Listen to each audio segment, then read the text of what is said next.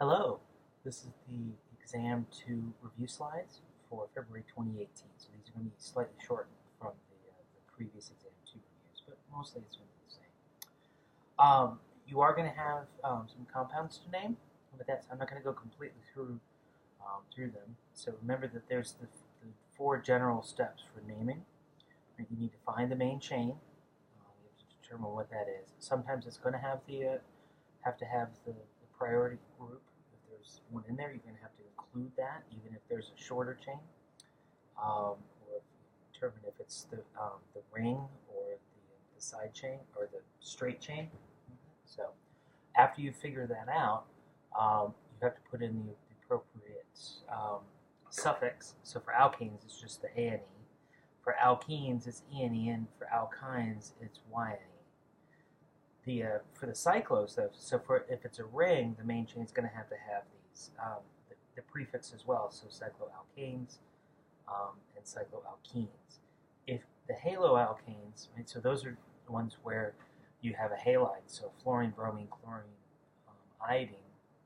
So for those, they don't get any sort of special priority. They are just simply going to be just like any other side chain. Okay? So for the alcohols, remember, for this one, the side chain is going, or the suffix is going to end up being OL. So that's for alcohol. Okay. So when you're determining, you got to figure out the side chains. So for alkanes, you're going to have to go from the right, and you're going to have to go from the left and pick the lowest number set. For the alkenes and the alkynes, for those, you have to, the end that's closest to the double bond, that's going to be carbon 1, no matter what it is. So for the cycloalkanes, now for this one, you're going to have to give every carbon that has a side chain off of it, you're going to have to give that the option of being carbon 1, because you don't know where carbon is. But when you're doing the numbering, you're going to go clockwise. You can go clockwise or counterclockwise. But usually the hint is to say, okay, usually a good rule of thumb is to go towards the nearest side chain neighbor and then just continue around. But you remember, every carbon that has a side chain is going to need to get a chance to be carbon 1, and then you pick the lowest number set. For the cycloalkenes, now for there, the double bond is going to be carbon 1, carbon 2. So carbon 1 is, so if you had, say, this one, so like this, right? So you would say, well, the number set could be either 1, 2, 3, 4, 5, 6, or it could be 1, 2, 3, 4, 5, 6. The double bond has to be carbon 1, carbon 2, carbon 1 and carbon 2. So if you had a group here, you can't say 1, 2. You'd have to start back here, because the assumption is if you're going to have the double bond at carbon 1, carbon 2 is going to be the double bond. For the haloalkanes, right, you end up taking off that INE suffix, and you replace it with the O. So fluorine becomes fluoro, chlorine becomes chloro, bromine becomes bromo, iodine becomes iodo. And then for the alcohols, again, it's like the alkenes and alkynes, where the end closest to the side chain becomes carbon 1, and the main chain has to, the end that's closest, end of the main chain that's closest to 1, that ends up being carbon 1. Excuse me. Let me just try that one more time. The end closest to the end of the main chain that's closest to the alcohol becomes carbon 1. Okay? Now it has to include the alcohol within it. So you also need to tell me where the name, where this is. So when you're doing the numbering, you have to tell me is the alcohol in carbon 2, carbon 3, whatever. Same goes with the alkenes and the alkynes. You have to tell me where that double bond starts, as well as the cycloalkenes. Okay. You will also get the drawing a molecule from the name, so the named structure. Okay, so for here, what you're going to want to do is you're going to start with that main chain. So for here, it's cyclohexane, so it's a ring with 6 carbons. So you can always put in your dots. 1, 2, 3, 4, 5, 6. So the nice thing about this one is you can designate where carbon 1 is. So if it's a main chain, again, it's going to be on either end, but it doesn't matter which end. You just need to figure that out. For a ring, it's nice because you can put it wherever you want.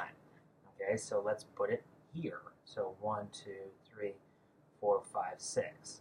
Okay, so that means at you have a bromine group, right? Where is it at? It's at carbon 4. Right? You have a methyl group. Where is it at?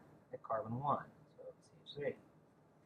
Now at carbon 2, right, you have a 2-propyl group, right? So which would end up being CH3, CH, CH3. Right?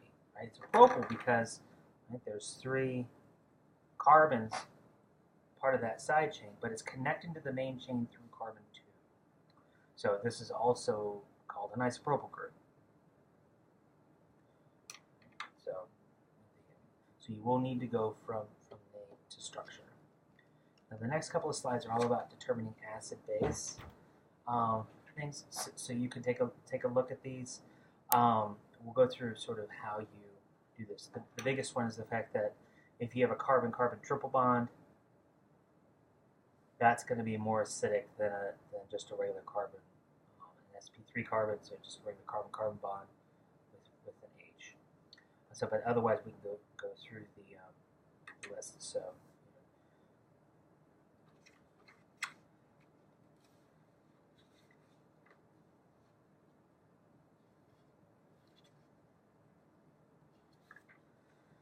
Okay, so for this, the first step you're going to want to do is pick the most acidic hydrogen on the molecule.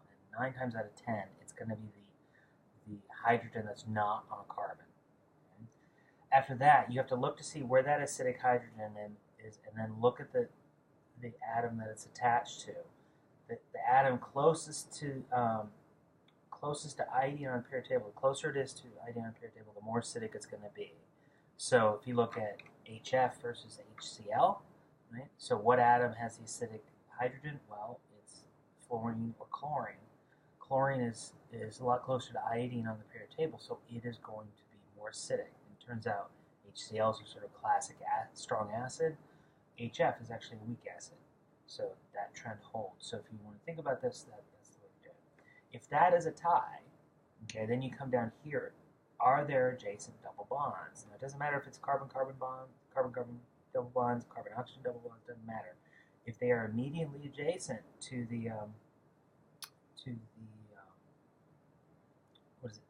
this acidic hydrogen, then they're going to be more acidic.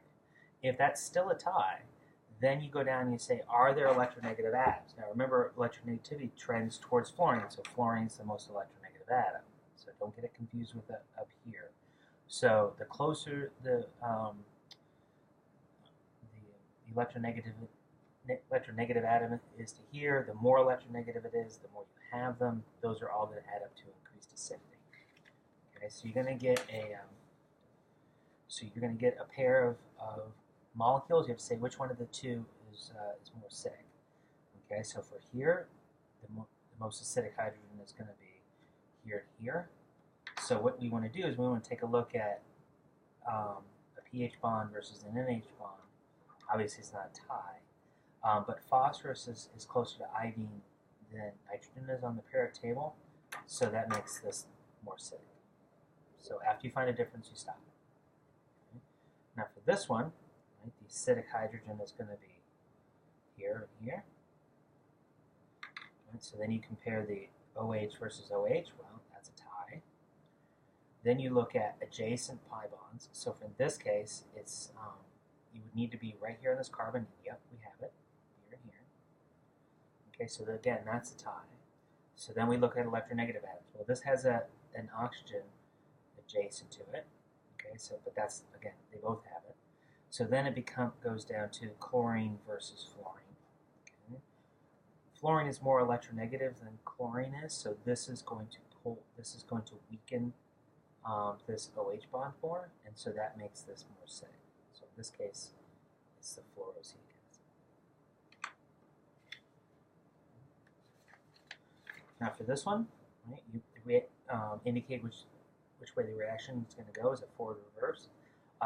So remember, when you're going from the acid on this side to the conjugate acid on this side, if you look at the pKa's, and I'm going to give you the pKa's, okay, that number needs to go up. It doesn't matter if it's -8 to 16 or -8 to -6. It doesn't matter.